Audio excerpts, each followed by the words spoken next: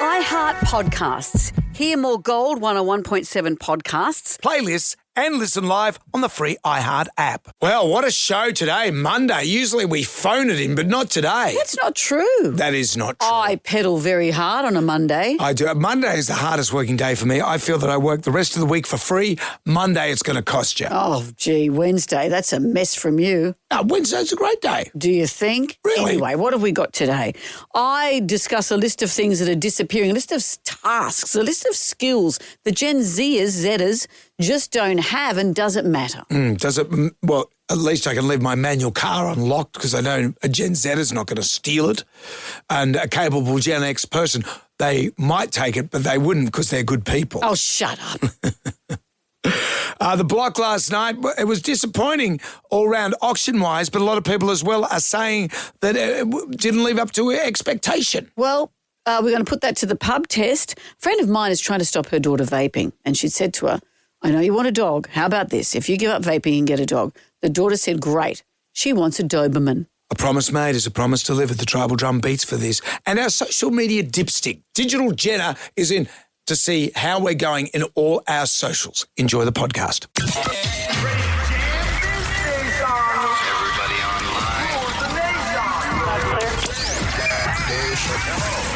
Right now, by the miracle of recording, we had so many requests for them to do it again. Mistress Amanda Miss Keller. Amanda. doesn't work alone. Wow, this is fantastic. Her friend is in a back room making the tools of the trade. I've heard them describe him as a drunken idiot. Sorry, I've been drinking beer. The legendary pirate Jonesy and Amanda the actress. Hello, Wiggles. Congratulations, Mandy. We're on the radio right now. Jonesy and Amanda, you're doing a great job. You have no empathy for anyone but yourself, you giant tool. Now's the time to hear good radio. Sorry, a bit of a tongue twist there. Jonesy and Amanda are here. It's showtime, a-holes. We're on the air. Good morning to you, Amanda. Hello, how are you? I'm very well. Good morning. Have you become German over the weekend? I've become German. Wow, that's incredible. You're like one of those people that falls over, bunks their head, wakes up speaking German. I didn't even bunk my head. Schnell. Pick up. Look, I've got a Kugelschreiber. That's a pen I'm holding. That's a pen? Yeah. Yeah, very good. I made it easy for you because I'm holding it up. Yeah, good. Did you do German at school? No. I like the idea. I'd love to be able to speak another language. Wouldn't that be great? I know. But the learning of the language, it's so hard. I can't be I did bothered. Chinese at school and I got 5% for it. And my dad said to me, he said, well, congratulations, mate. You've actually got a worse score than you do in maths. 5%? Yeah.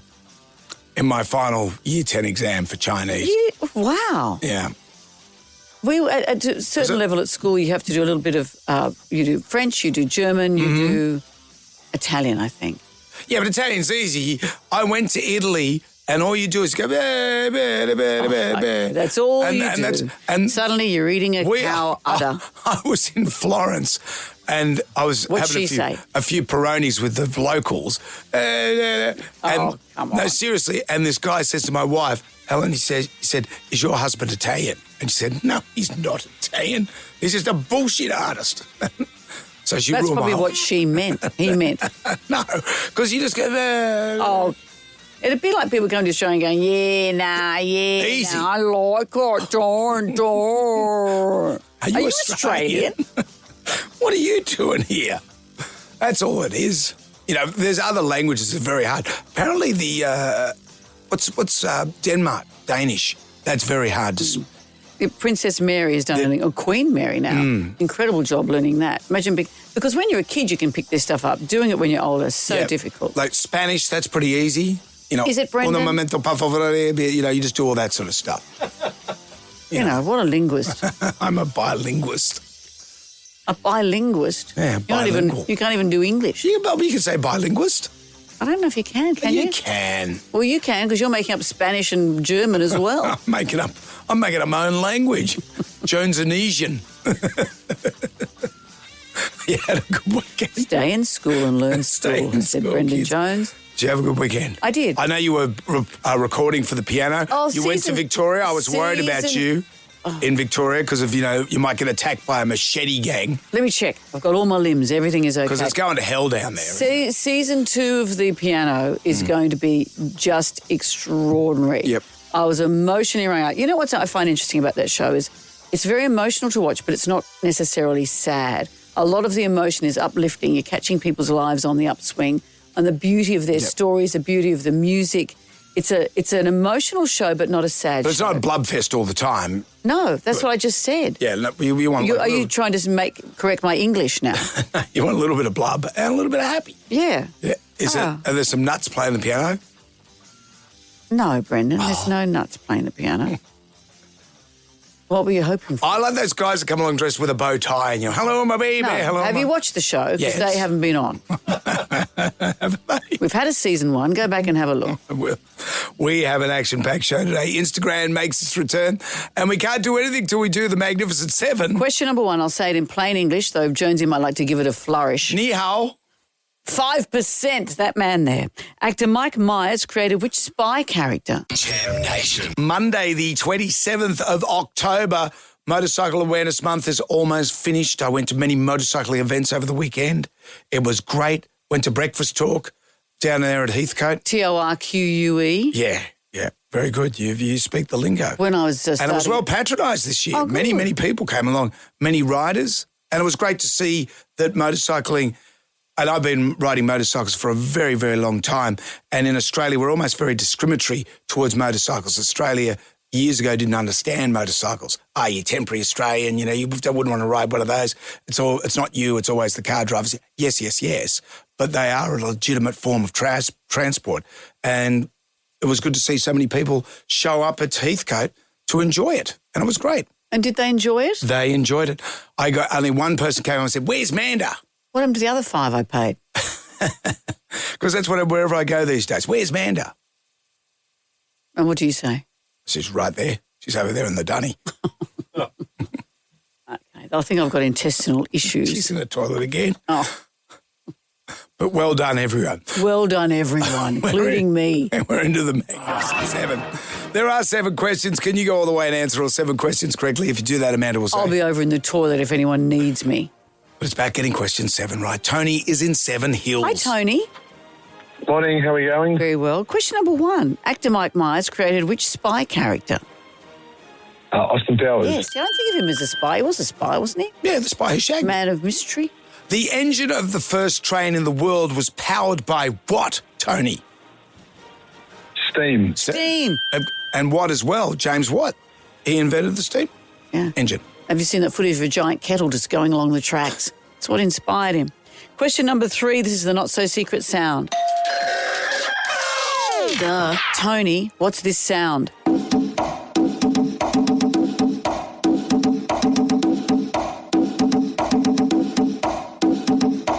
Some good rhythm there. Drums, bongos. Bongo drum.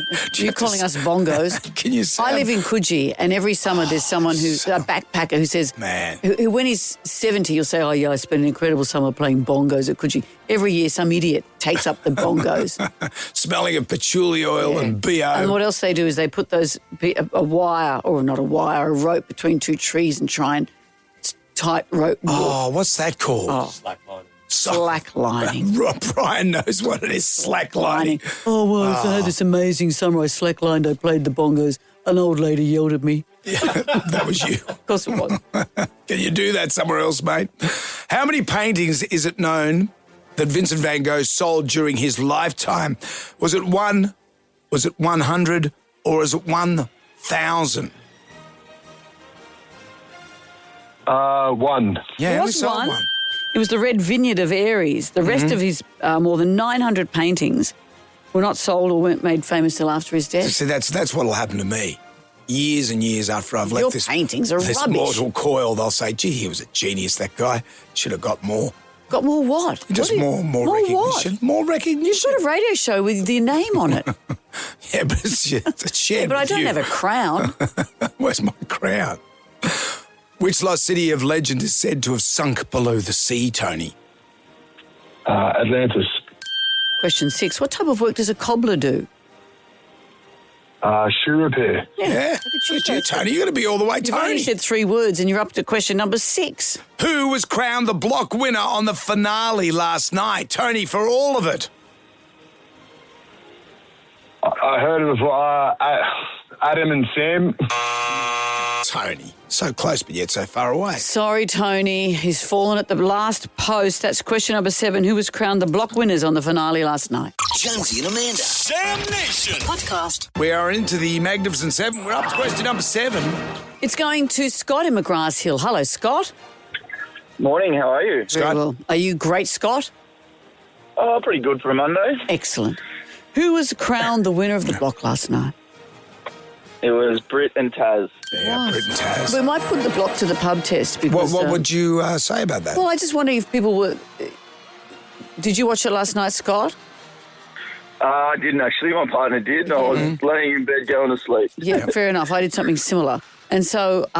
but they didn't get the big... Not everyone got results last night. No. And that's what the housing market is. And I know Scott Camer said, well, this is being realistic. Because it was overly inflated by that big Richie weirdo. What's his name? Patelli or something? Adrian Patelli. Yeah, in the last few seasons. He's not Lambo Man anymore. No, but, so what's Channel 9 No, but he's not wanting? the Richie Weirdo. That Danny's the Richie Weirdo, isn't he, with the strange bidding? Well, but why wasn't he there? So he was there. Without the Danny guy was there. Without the big billionaires who they're not encouraging now, it's more realistic. And is that what you want from a show? Or is it disappointing that these people spend all this time and effort and leave their families with no known result? Maybe that's something we can discuss later. But in the meantime, let's talk about Scott's prizes. Scott, do you want to hear about your prizes? Oh, it'd be fantastic. Well, you've won the Jam Pack. You got $150 to spend at Shein. Spring Renault made easy, endless choices at Shein. A double Gold Class pass to Event Cinemas. Relax, unwind and indulge in Gold Class at Event Cinemas. And Jonesy Amanda caricatures, fitted colouring as of Taylor pencils. Nice prizes, Scott. Thank you very much. Nice to talk to you, Scott. He is great, Scott. He did indulge you with your pun, by the way. There was a little titter from Scott, okay. Which is all it really deserves. Okay, look, I'm not pushing it. I'm not pushing my puns. If my puns aren't wanted here, I'm happy to just... No, I've made that very clear. Well, I think maybe they deserve their own segment, but that's not for me to decide. That was proven as a failure. No, we haven't done Pun Hour as a segment leading up to our fruited plains in 6 weeks' time. Thank you. There they are over there. We know that... Let me see, can I see a pun? Won't be coming is jokes, kids singing karaoke. And impressions. Impressions won't be coming. We haven't road tested a single one that's worked. I know, and I accept that. I accept what people say. Maybe puns. Maybe it's time to wheel out the puns. Well, we'll talk about that some other 60 seconds. In the meantime, coming up on the show, Emma Gillespie is going to be talking about Britney Spears. Everyone's worried about Britney again. And Sean Fraser has the news. That's coming up next on Gold. Jonesy and Amanda. Sam Nation. Podcast. What is this, Amanda and Jonesy? I know you're trying to inflame me by saying it. Ladies, ask your husband if you use the phone. Oh, shut up. Thumbing through the Jalmanac, our big book of musical facts. On this day in 1981, Duran Duran released Girls on Film. Oh, here we go. It was their third single from their first album, and most critics laughed them off as lightweights. But not Brendan Jones once he saw that film clip. I wasn't a big Duran Duran fan, I got to admit, when I first heard them. They quickly found an audience as Girls on Film rose to number 5 in the UK. The boys had quite the rep of dating models. Coincidentally, they wrote Girls on Film purely dedicated to the exploitation of the modelling life. They weren't exploiting them, they were just dating them. There's a world of difference. And filming them for their film clip. You know, okay, let's talk about the film clip for a minute. Sure, there's a bit of nudity. And sure, when I had it on video, there might have been a few parts where it got paused. But other than that... you've barely given it a thought. Do you want a fun fact? Please. In the start of video collection? The start of the film clip, you know this? The camera? Yeah. And the start of the song? Yes. Well, that's Paul Barrow, or Paul Mero. No, it's Paul Barrow. Who's he? I don't know who he is. Am I supposed to know who he is? Don't get all hoity-toity. Well, you say it's a fun fact. I don't know who he is. That's his camera, and in the recording of when the band was recording the song, he was taking pictures of them. He didn't realise the mic where he was live, and they record in the different rooms. So he was taking pictures of the band, and they went, Paul, we can hear your camera. Barrow Mero, they said. And they said, let's leave it in there. Yeah. Like the nudity in the film clip. Let's get it on. Okay. Jam Nation. I'm always interested in whether the passing of skills matters. Like, I'm a punctuation pedant. And it drives my friends crazy. If they send me a text, they have to double check that they've got their apostrophes in the right place. I am one of those friends. Yeah, that's right. I've employed a proofreader for every text that I send you. But you call them a poof reader because you got it wrong. Yeah, well, I hate putting pressure on people. It's very hard when I have said you a drunken text. And I don't know why this stuff matters to me because I know that language is organic or we'd all be talking like Chaucer.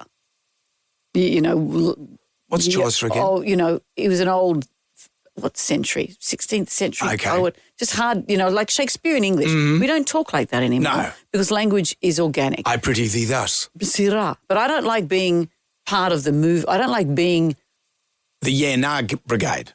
Yes. That's where we are now. We're heading into new territory. I don't know if I like it. But old school radio broadcasting, like when I started in this, you had to speak properly with an authoritative voice. Well, you've heard how I used to be. Yeah, exactly. You used to sound like Clancy from Skippy. Yeah. Mr.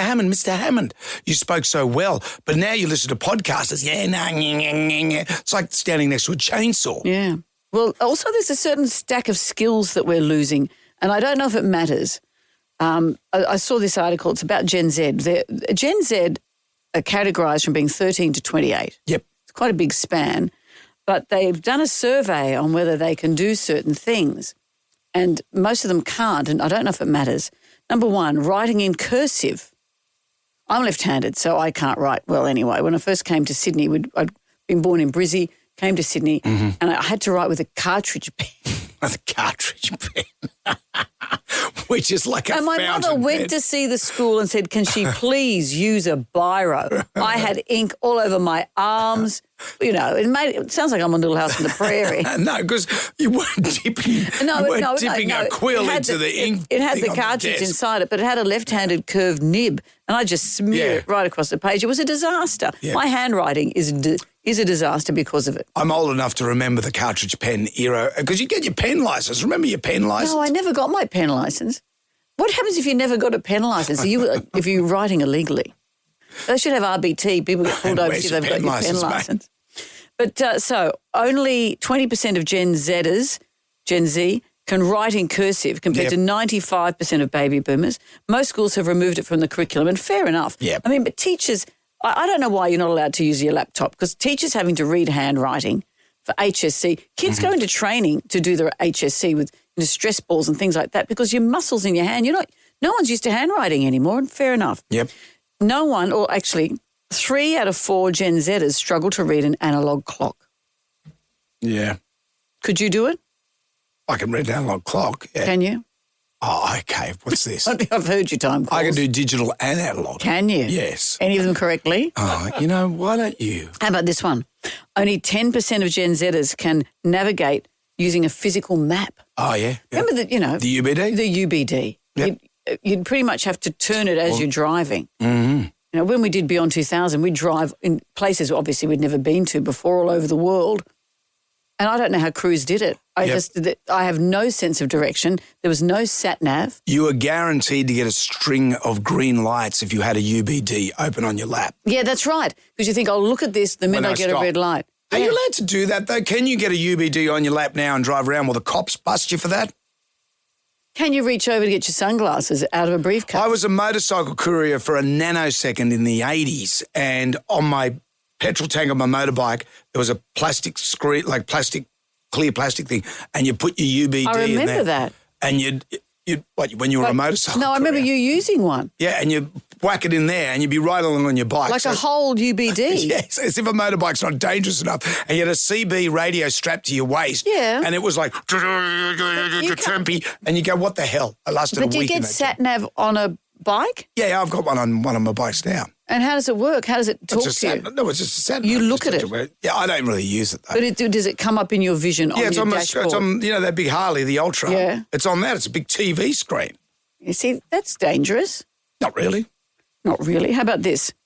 Only 10% of young people know more than 5 phone numbers by heart. I wouldn't know my phone number. I know yours. What is it? 034 174 434. Is it? Actually, that's yours. Damn. Now, this is where you and I both fall down. Mental arithmetic, the way we do our maths is a bit like that. 10% of Gen Z can do complex math without a calculator. Complex. You and I were trying to work out the price of oysters before, and we thought a dozen was 24. Let's move on from that. Driving manual cars, only 5%. See, this is where you and I differ. I think it doesn't matter because you can get around, you can drive a car. You don't have to have that badge of honour. There is no vehicle on this earth I can't drive. But who cares? No, but it's good. I can drive. I can get where I need to go without having knowing how to drive a manual. It doesn't matter. Why are you pulling a face? Just saying. Well, see, I think that's a snobbiness that's not necessary because if you can do the job without doing that, it's like me saying, hey, why don't you go and light a whale oil lamp? We've moved on, Brendan. You don't need to.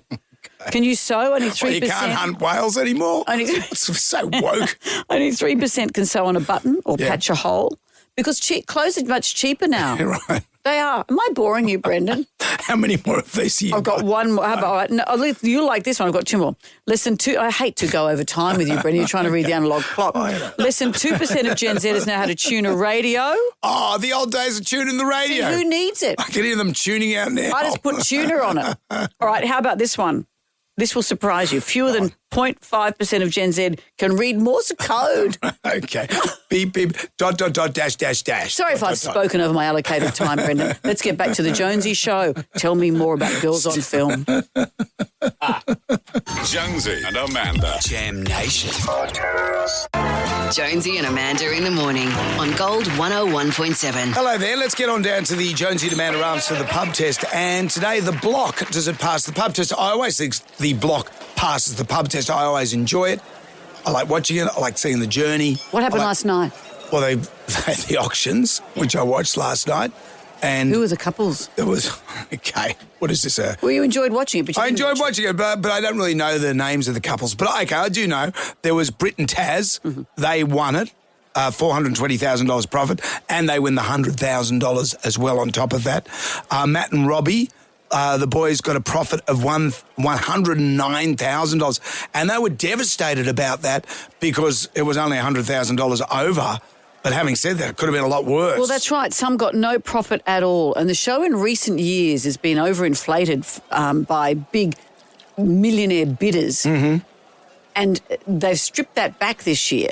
And this is the result. This is what I've got a friend who's a real estate agent who said a lot of television shows make you think that an investment in a house is always going to go up and it's always going to be your nest egg. That is not always the case. It's a risk investment like anything else is. We do go crazy, as someone's comment here, Australians salivate for property hype.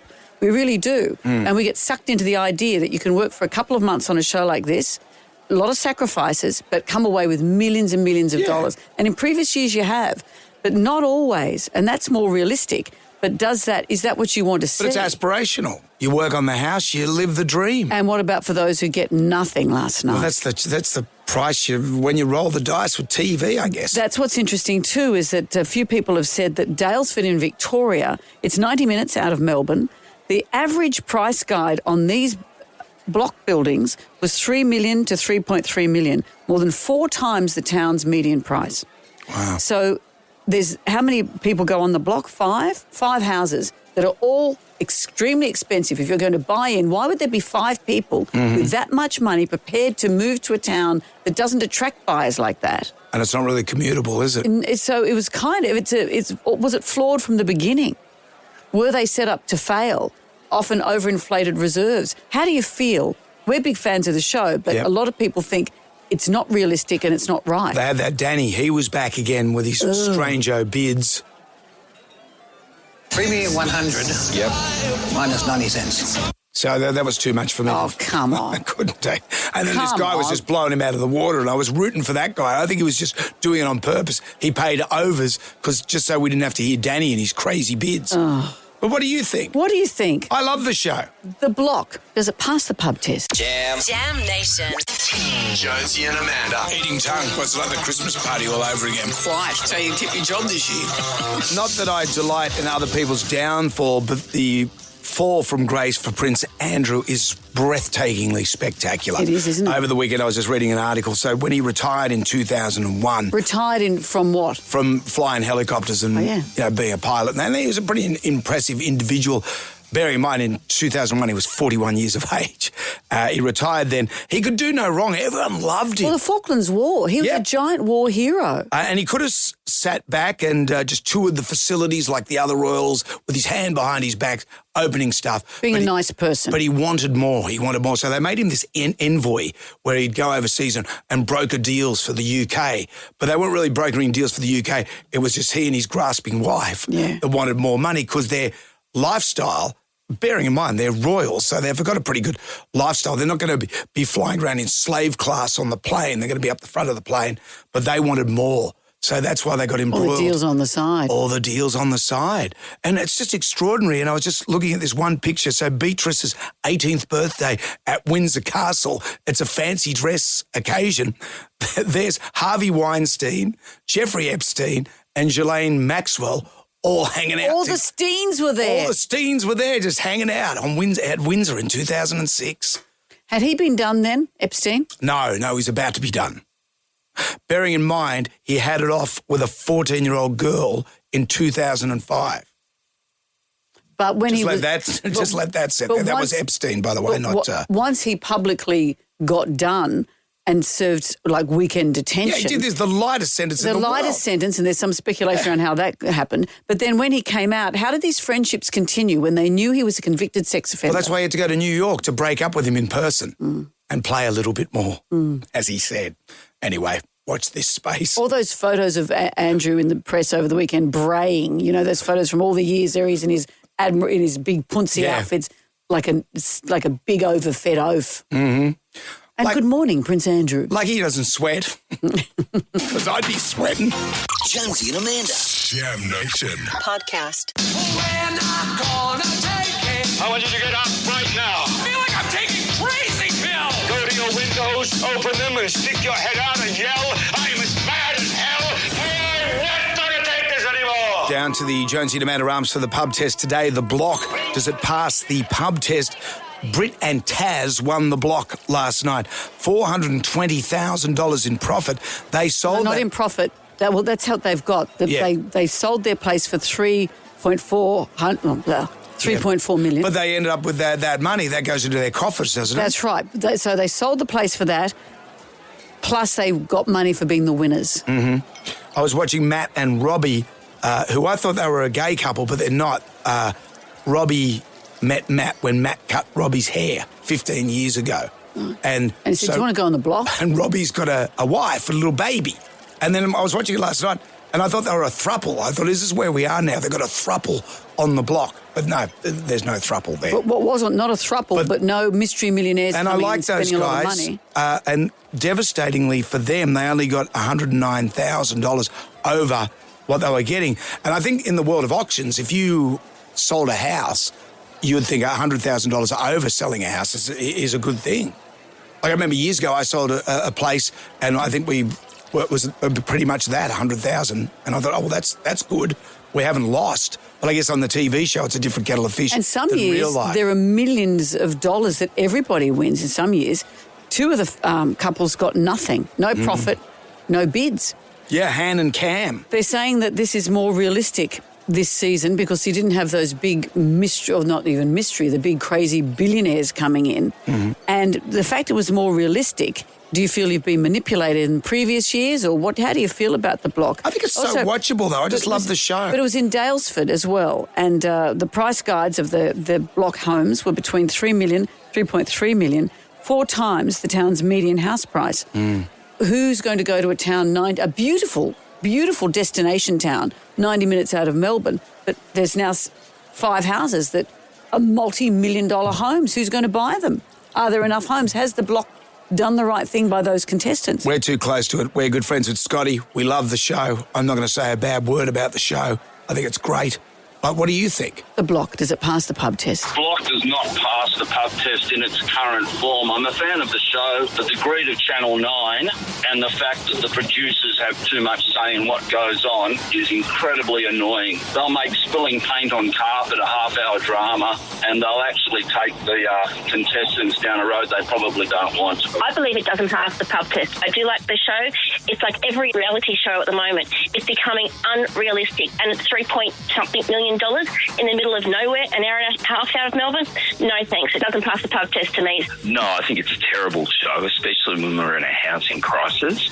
People are struggling to pay rent, and then these idiots go to a small country town, a ridiculously priced number of properties, and even the people in the town are shaking their head going, WTF. So I think it's got to be ditched. Unrealistic expectations, especially during a housing crisis. I guess it only depends on how it rated. Well, we'll find out when the results come out a little bit later on. But the block always wins the ratings. Always pays dividends. For Channel 9, it really does. Thank you for all your calls. Coming up next, I was reading an interesting story. It's got a science spin, but it's everything you and I like, Brendan, because it involves the bot. I like when you get out the lab coat. Oh, great. Okay. Well, I don't love everything about the bot. We'll talk about that next on Gold. Jam Nation. Gold 101.7. Hello there. It's Jonesy and Amanda. You did mention that you had some sort of science information. Yes. Would you like to hear it? Well, hang on. Would you say that it's like a roundup, like a rap, a Muncie science rap? If you like. I've got an intro just for that. I may not be setting any water speed records, but I'm certainly having fun. Muncie science rap.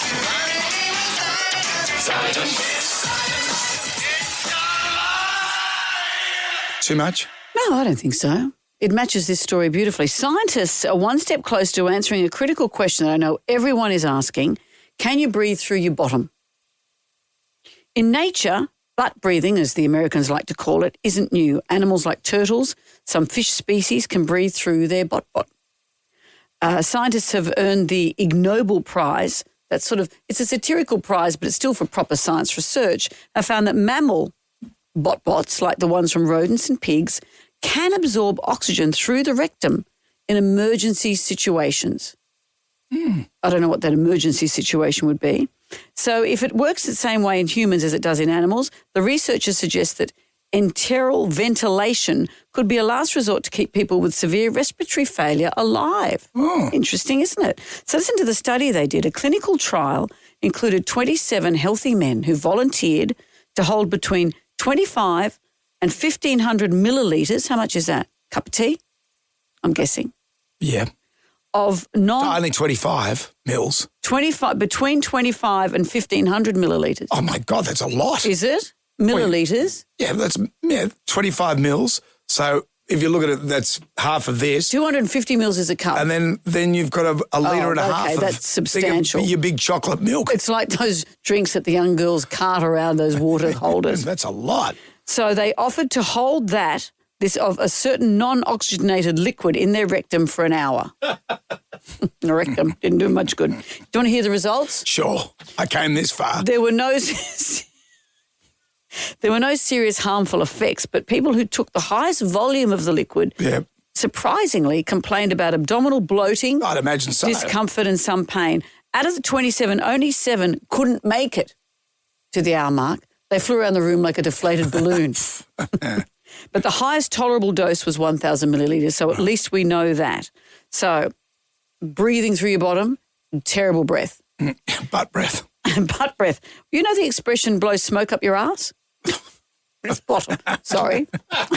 But you know the expression, it means, doesn't it, that someone is pumping your tyres. I get it a lot around here. Smoke? Yeah, a lot of people go, oh, mate, you're just as good as Amanda, don't worry about that. Yeah, and they don't mean it because they're blowing smoke. Yeah, exactly. Well, the expression comes from the 1700s. If you're unlucky enough to fall into a river and drown, one way to try and resuscitate you is they'd grab some bellows and pump smoke up your bottom.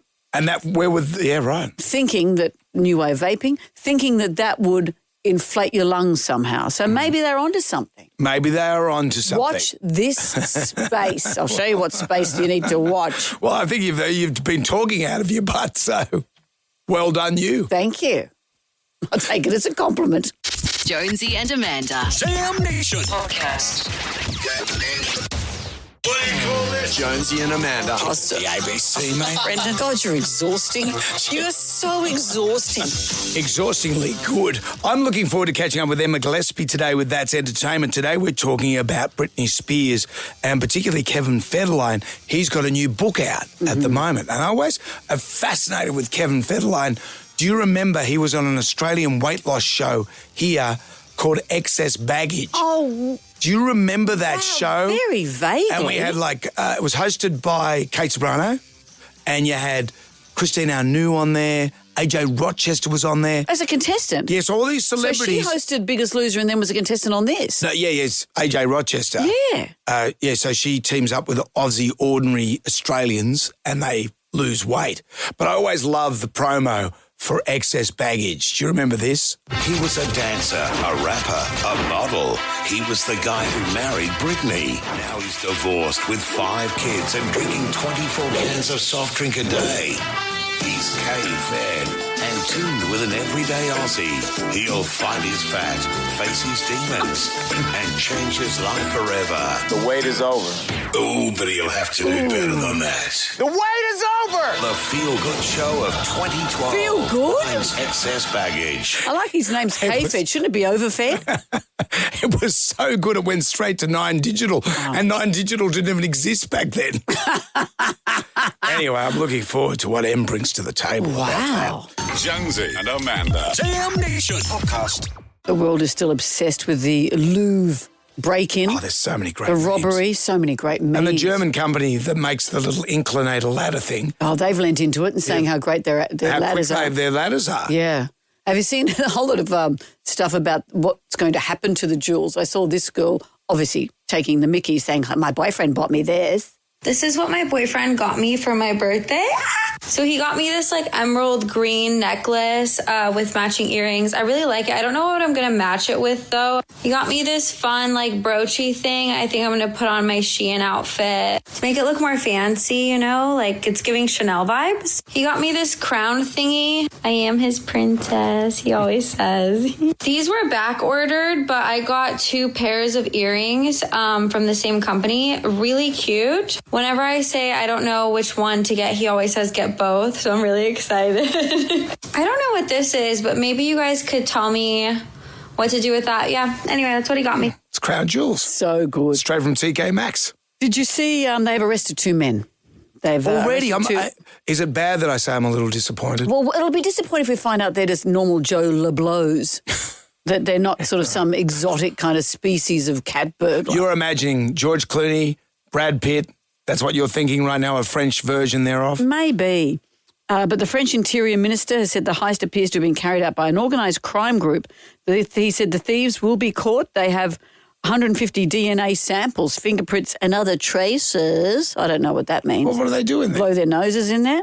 But the men were originally from France. They're known to French police. One was arrested at the airport. Oh. Come on, do better. We want you to be better. Did he have a big bag that said Le Swag? Well, did you see the story that went around? I saw the vision of it. Oh, the footage. This guy, they said that he was the top investigator. You see, he was a giant fop. He had a scarf, he had a vest and a long coat and a fedora over one eye. So just a French guy. Well, that's exactly what it was. Everyone said, oh, is that AI? No, it's real. But he had nothing to do with the investigation. It's a French man walking past the Louvre. It's just a stylish dressed French guy. I know, and everyone went, how freaky is this? So as we get more and more information, the Paris prosecutor hasn't said how many people were arrested or hasn't given any more details as to who they are. What about the security? Is anyone taking to task the security? Well, their job, as we said, was to move people out of the way. This is why France is in trouble. Why is France in trouble? Well, they're in huge trouble. What kind of trouble? Oh, they're always trouble. See, it's all you, these generalisations. That's why France is in trouble. Because security guards save France, people. Melbourne, they're in trouble. They're in trouble. Jam Nation. I demand entertainment. Are you not entertained? Put on your dancing shoes. Now give me your best shot. Emma Gillespie is the editor of the Daily Oz and she joins us now. Well, hello. Britney Spears back in the news because her ex, Kevin Federline, remember him? He has released a new memoir. It's titled You Thought You Knew. And it basically goes into great detail about his short-lived marriage to Britney Spears. They were only married for about 2 and a bit years. But obviously they had 2 kids together. They had 2 kids together, and obviously that relationship has left its mark on his entire life. And he has dropped some very big claims about Britney and her behaviour as a mother. I guess it's kind of in response to Britney's book, which came out 2 years ago, almost to the day. He claims that she used cocaine while breastfeeding the kids, that she had all these episodes in the house kind of mental breakdowns that he describes where she would stand by the children's bed holding a knife. They would wake up scared. A very kind of disruptive, terrifying picture that he paints of their home life. But he says that he's waited all of this time to make any comment about it because he wanted the kids to grow up, but that he's still really concerned about her welfare. The two kids that they have together barely have a relationship with Brittany. They're 19 and I think 21 now. So all grown up, but still, at a kind of vulnerable age, I guess. He says that one of them hasn't seen her much at all in years. The younger one was visiting her a fair bit, but hasn't spoken to her in a few months now. But the timing of the book, I guess, people are questioning, is this a cash grab? He really insists it's not, but Britney Spears has pushed back against all of the claims. She describes the book as gaslighting, extremely hurtful and exhausting. But I guess for Kevin Federline, it's all about his kids' safety. So he says, I don't know, do we buy it? Well, him writing the book isn't about their safety. That's what you do privately if you want to protect them. Well, exactly. Yeah. It's hard to know. If you see someone who is suffering, a lot of people watch Britney's stuff on social media and think, is there a grown-up in the room who is helping her? But is the person who's going to help her Kevin Federline? I don't know. Well, exactly. And he says they have nothing to do with each other, that they've not spoken in several years. He didn't run any of the book or the claims by her before publishing it. But then on the other hand, he does say exactly what you've said, Amanda, like no one is looking after her, who is taking care of her, and her sons are really scared something bad is going to happen to her. We saw her, she went to a restaurant the day the book came out last week. There was some video circulating online of her kind of stumbling a little bit in the restaurant. She smashed a glass, and then the paparazzi tailed her home for half an hour, and she was sort of swerving between lanes. It did look pretty scary, but at the same time, you've got to remember the kind of paparazzi interest that's always followed her. Yes, and he's just increased that for her. Well, exactly, now that the microscope is back on. Who is looking after her? Well, we're not really sure, to be honest. She doesn't have much access to her kids. Her security team has changed a few times. It's not super clear.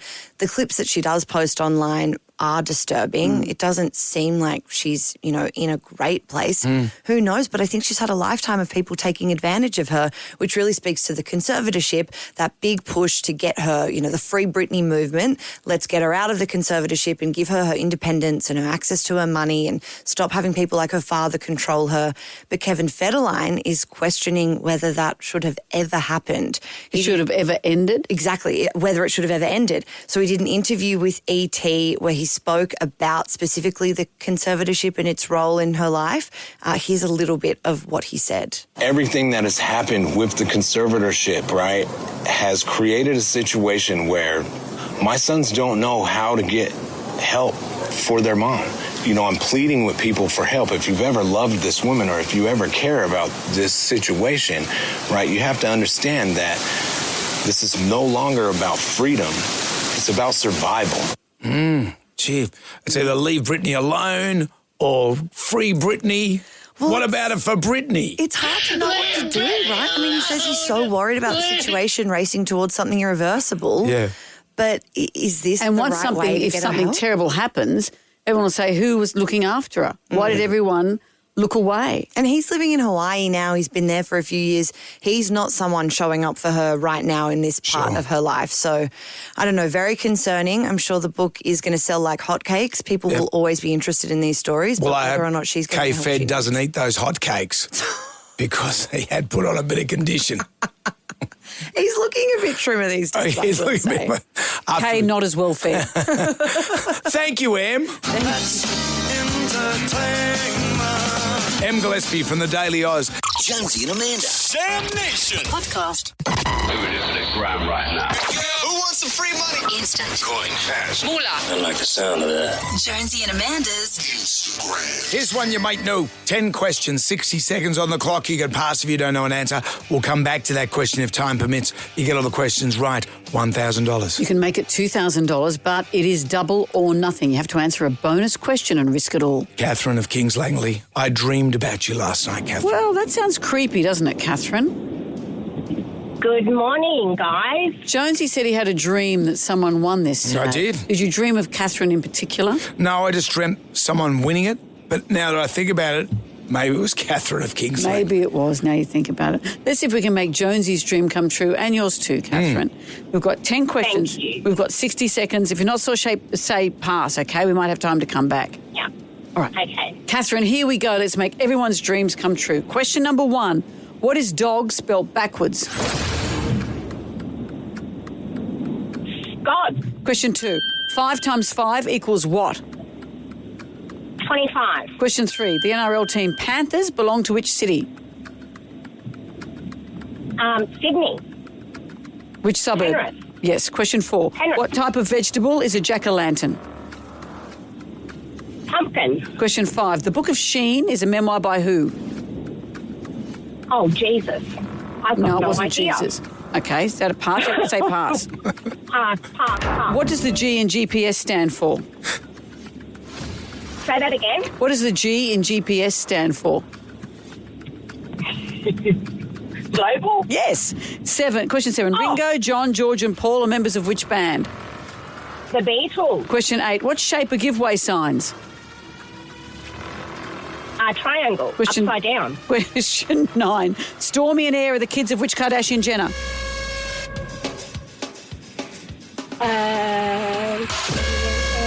I watched it pass. Oh, that was Kylie. The buzzer's gone off. Catherine, you did that like I did my school certificate. You just sort of bumbled your way And through it. you know, when you said Sydney, because Penrith is a city, we could have drummed you out there, but we kept you going. The Book of We Sheen, like you it. said, was written by Jesus. No, it was by Charlie Sheen. Catherine, you gave us entertainment. The dream didn't What come happened to true. the dream, Brendan? The dream of Catherine surrounded with riches did not happen. But you know what? It could happen for someone tomorrow. Catherine, you have a good day. Hey, thank you. Can I ask one? Can I ask something just Sure. briefly? Lakeview Private Hospital up at Norwest, we've got a breast cancer fundraiser on Wednesday. Yeah. Okay. It's a market day, so I'm trying to raise funds for the Breast Cancer Institute in Westmead. So I'd love it if people could just pop in, and we've got market stalls and a bake sale and all stuff like that. Great, okay. Yeah. Man, maybe you can fashion up an upside-down pineapple cake. Maybe I could. So that's Wednesday. Wednesday, the 29th, at Lakeview Private Hospital in the foyer from 10 till 2 p.m. And everything that we raise, we're donating to Breast Cancer Institute at Westmead. Thank you, Catherine. October is Breast Cancer Awareness It is Month. true. it is. Yeah, that's how I remembered. Motorcycle Awareness Month, Breast Cancer Awareness Month. Thank you, Catherine. Catherine, thank you. Jam Nation. So let me tell you a story about a friend of mine. Her daughter is vaping, and she doesn't want her daughter vaping. What parent does want their kid Vaping's no vaping? good. You might as well take up smoking. Well, vaping was introduced to stop older people smoking. Yeah. All it's done is encourage young people to start vaping. I know. A whole generation that would never have smoked are now vaping. And popcorn lung, bad skin, all those kinds of things come from that. And so she's tried everything she can think of. She's very disturbed that her daughter's vaping as much as she is. Her daughter's 20. So she knows that her daughter desperately wants a dog. So she said to her daughter, if you give up vaping, I'll give in and you can get a dog. This is a family that already has 2 little fluffy dogs. Oh. But they're getting older, those dogs. But they're kind of the family dogs. This girl wants a dog for herself. And so she said, I'll get you a dog if you give up vaping. And the daughter went away and thought about it and said, I can't. I won't be able to stop vaping. That's not enough of an incentive. 3 days later, she came back and she said, you know what? I'm going to do it. Oh. I'm going to give up vaping and we can get a dog. And so my friend went, okay. Knowing full well she'll probably have to take care of it. She said, you're going to have to do it. Guess what kind of dog the daughter has had her mind set on? Pomeranian? A Doberman. A Doberman? So who gets Dobermans these days? When's the last time you saw a Doberman? An outlaw motorcycle club, maybe? Oh, I said, look, just get a dash hound and say it's a bonsai Doberman. A Doberman? A miniature Doberman. Those things are so savage. And she wants to train it by putting, those things around your arms and encouraging it to... She wants to train it. And I guess you have to train it because they're working dogs. You have to train them. Oh, no. So there's 2 little fluffy things that are going to have the shock of their lives.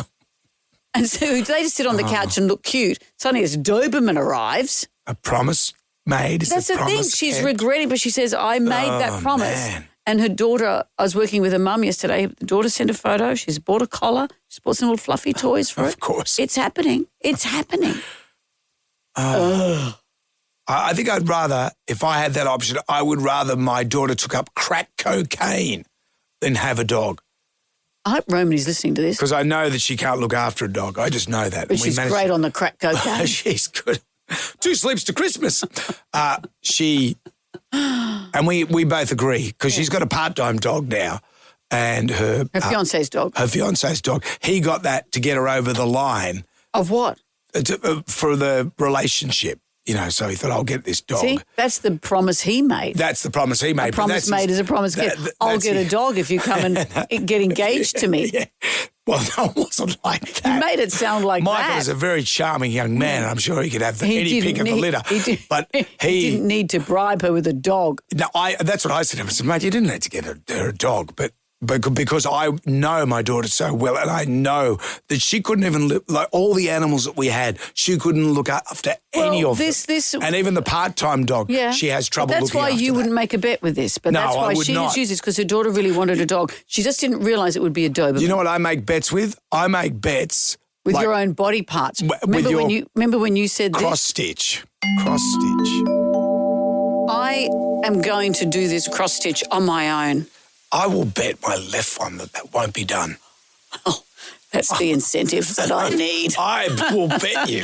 I'm going to start now. Even with that on the line. Even with your left one on the line. I know that. We know we're talking testicle. Yes, of course, whatever. But it doesn't matter. All right, everyone heard you say that. I'm going to finish this now. Annoyingly. As I look there some 9 weeks later, there it is. It's still, totally unopened. No. I took it out of the box and looked at it, and it looked really hard. I put it back in. Yeah. But I still have 6 weeks left to complete it. And a promise made is a promise delivered. This is like when you got the Kama Sutra. Oh. I've still got 6 weeks to work on it. Okay. You gave your left nut. It was really weird. 13, 55, 22. I think the Tribal Drum. What do we call it? Bugger it. A promise made is a promise kept. Yeah. I will bet my left one that won't be done. A flamboyant promise, and you've had to deliver.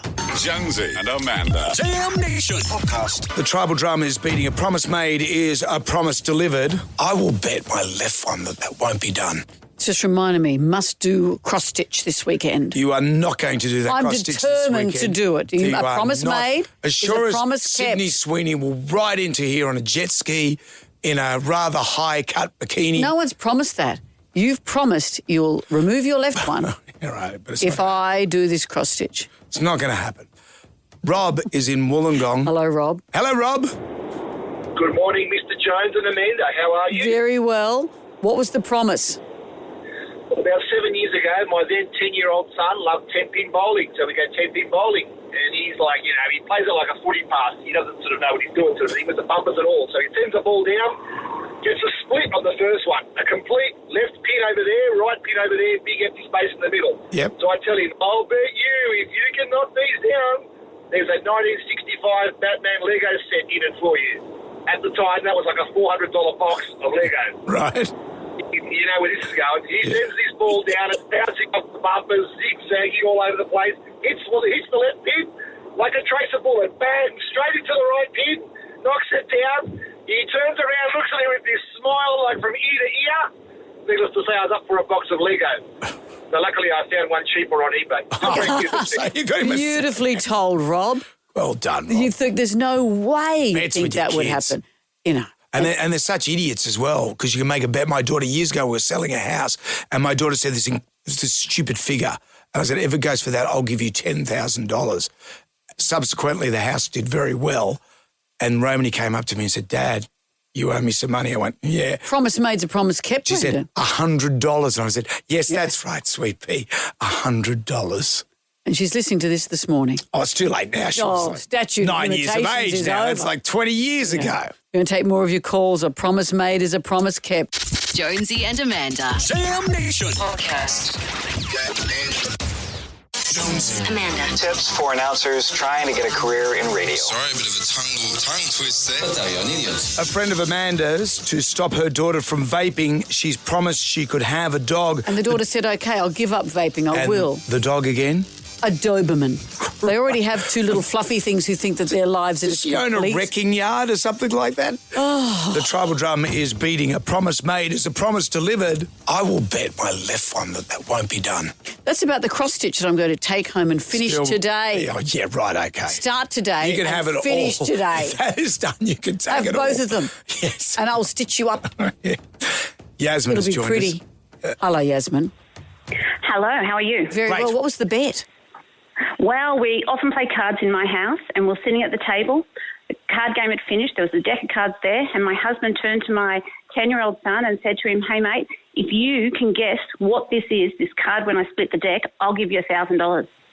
After much consideration, my son said, "Oh, it's the Ace of Spades." My husband split the deck, held it up, and it was the Ace of Spades. What is the And he had to pay him that $1,000. That was just the luckiest guess of all. The luckiest guess of all. Yeah. And he gave him $1,000. He had to give him $1,000. Absolutely. That's the rule in our house. If you make the bet, you're going to pay it out, my friend. Oh, wow. Whoa. Yeah, I reckon your son was counting cards. Wow. Don has joined us. Hello, Don. What was the bet? My wife has been nagging for a while. She wanted a goat, horns and a beard. Yep. And her or the goat? She might be listening, so it's the goat. Right. And I was adamantly against it, and then I made the offer to her, I'll buy you a goat for 12 months of unlimited BJs. The goat's name is now Heidi. What's unlimited mean? What is unlimited? Just on that? So when I brought home the goat, and I decided I'm going to collect. And then about an hour later, I said, "Oh, I'm going to collect again." And she said, "No, I've already done it once." And I said, "No, it's unlimited, not one a day." An hour? So you want more than one a day? More than one a day? More than one a day. Oh, I'd get the goat to do it. Don, Beard's ticklish, isn't you it, Don? are one virile man. Yeah. Wow. I bet your wife's ruining that day. He is the greatest of all time. He's the GOAT. Jonesy and Amanda. Jam Nation. Podcast. Gold 101.7. Hello there, it's Jonesy and Amanda. We have a lot of social media presence and it's too much for either you or I to cover. That's why we go to our social media dipstick. Her name is Jenna and she loves cats. TikTok, Snapchat, she's a social media guru. We like to call her our social media dipstick. By the way, she's single. What up? Hello, Jenna. What's touched a nerve this week? Hello. So our social media has been really buzzing this week, particularly after the poem, Amanda, you shared by Josie Bulker about your dog. But I'd only do it for this dog.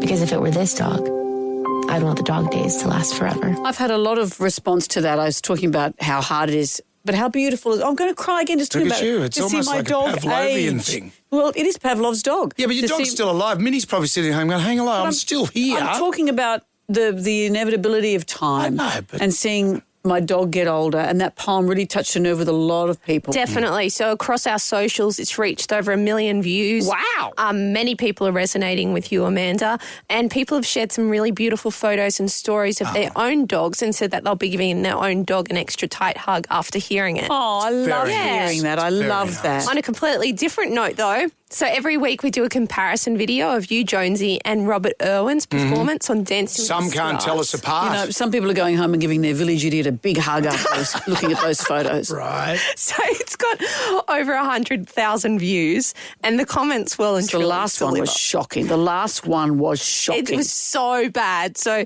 I didn't think Robert was that bad. No, and it was your last one on the show. You'd been on for 8 weeks and you still were that bad. Well, Feather Dreams said apples and bananas, to which Lorna replied, given the gaping age difference, I think Jonesy did a great job. but Nicole sums it up for all of us. How on earth did Jonesy last long enough to do enough for all these comparisons? Which is very true. You people kept voting. And then, once again, I have to bring up our infamous bread comparison bread. video. Not still going. No, the comments are never ending. They don't stop. But I'll leave you with this piece of advice from American user Keith Killer69, who says, y'all find anything to be upset with Americans, get a job and not a podcast. Oh. Okay. Well, thank you. That is everything, Well y'all. covered. Thank you. Check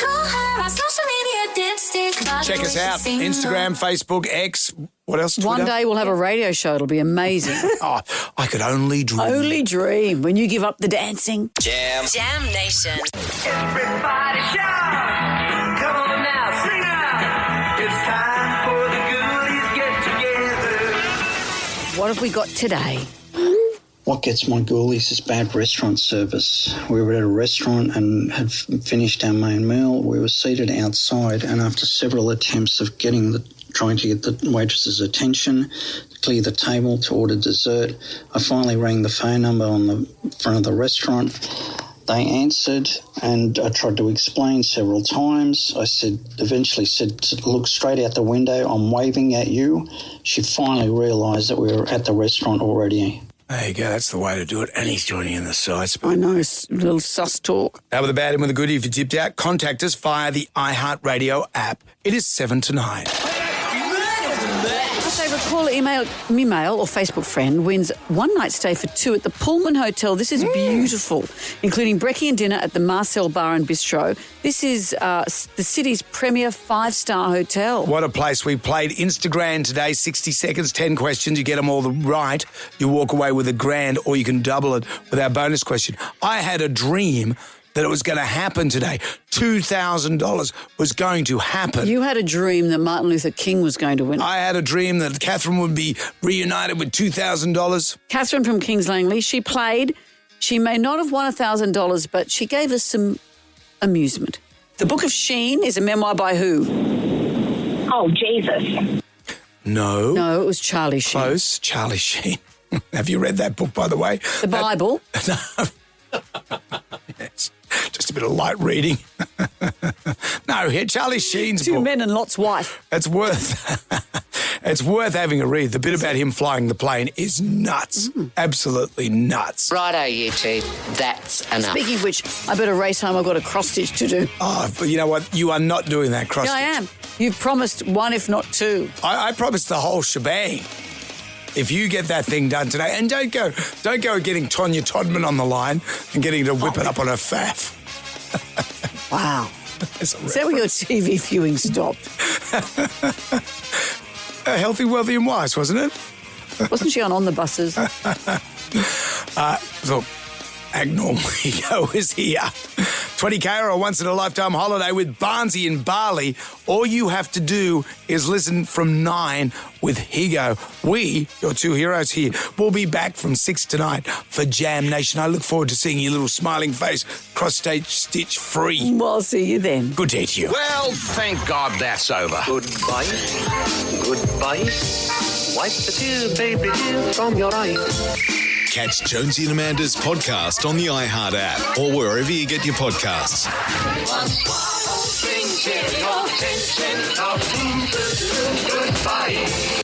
Jonesy and Amanda. Jam Nation Podcast. Catch up on what you've missed on the free iHeartRadio app.